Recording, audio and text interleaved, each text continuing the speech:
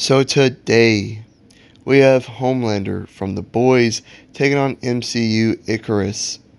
Who wins? Let's find out.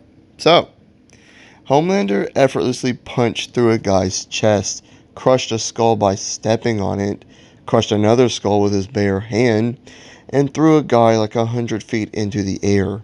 He casually overpowered Starlight, who is superhumanly strong, and is even slightly stronger than Soldier Boy, was able to send him flying with his attacks, and was able to fight against him and an amped Billy Butcher simultaneously, and was even able to power his way out of Soldier Boy and an amped Butcher and Huey, basically laying on top of him, holding him down. He was also able to match Queen Maeve while holding back, and even crushed her eye like you see here. Homelander really is the most powerful man in the world. But Ikaris was the Eternals' version of Superman, and was the most powerful Eternal on the team. He's punched a large deviant out of the sky, tore a wing off another deviant easily, held one back with just his hands like this easily, eventually broke out of Phastos' technological restraints, and was able to hold the upper hand while fighting against the other Eternals. They're both very strong. I'd just say they're fairly even here. But Homelander is more brutal. So, moving on to durability. Homelander is bulletproof, and he tanked a bunch of concrete debris and a bus falling on top of him. He's basically invincible, as there are no man-made weapons that can hurt him. That implies nukes can't hurt him either. Hell, it took an amped Butcher and Soldier Boy just to fight against him, and they were only able to bruise him. That's it. He also endured blows from Queen Maeve, and being stabbed in the ear into his skull by something. But Ikaris is basically invulnerable. His skin is so tough that Thena's blade couldn't cut it. He's tanked being tackled into a shed by a deviant, being sent flying into a bus with enough force to flip it over, and being slammed into the side of a volcano several times with enough force to crack it.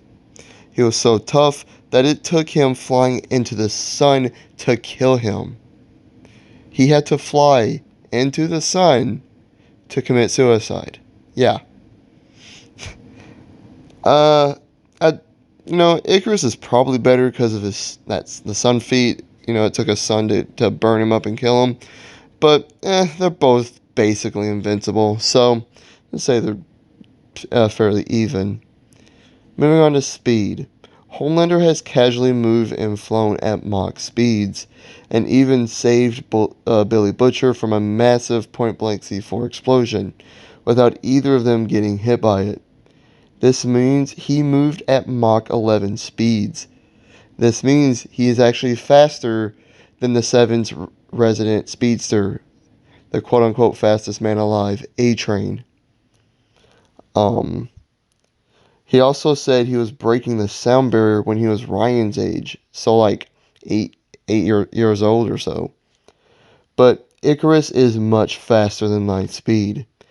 This is seen when he flew from the Earth to the Sun in just mere moments. And it takes light right over 8 minutes to get to Earth, meaning he was fasting several times light speed to get there. Ikaris is definitely faster. Now, neither of these two are skilled fighters. They're just really strong brawlers. But Ikaris has much more experience fighting. Like, he has 7 million years of experience fighting deviants and protecting Earth from them. He also held the upper hand over the other Eternals, and even was able to match Thena, who's basically like the Wonder Woman of the Eternals.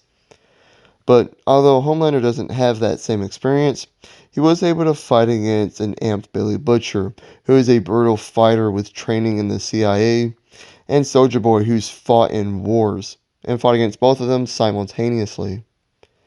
Another heat vision, or eye beams. Was able to send Druig down into the earth, hurt Crow and other deviants, and ravage the Celestial Forge Domo, the Eternal's massive spaceship. But Homelanders was able to just slice and dice people up like it was nothing, as well as temporarily knock out an amped Billy Butcher, match an amped Billy Butcher's I-beams, and even cut a jet in half as well. There was also that scene where he was like daydreaming of just like mowing down a crowd of people. And although it was a daydream, I'm sure it would happen that way as well. I'd say Ikaris is more powerful, but both can take each other's beams. So, who wins? Well, I'm siding with Ikaris, simply because he has all the advantages that they're not even in. He's got speed, battle experience, and his I-beams. Um, so, yeah, I mean, Homelander can put up a fight, sure, and he's definitely more brutal than Ikaris. Uh, I mean, his go-to move is to just fly people into the wall or whatever at close range and then just I-beam them in the eye. But this won't work on Ikaris at all. He'll just match him with his own I-beams or push his I-beams back. Whatever. You get the point. Homelander can put up a fight, but Ikaris is simply more powerful, more experienced, and will be taking this W. Ikaris wins. Ikaris wins after a good fight. Like and subscribe if you did enjoy. Leave a comment of what you think and hit the notification bell to be notified of all my future videos and all the great stuff. I'll catch you on the next one and have a great day. Peace.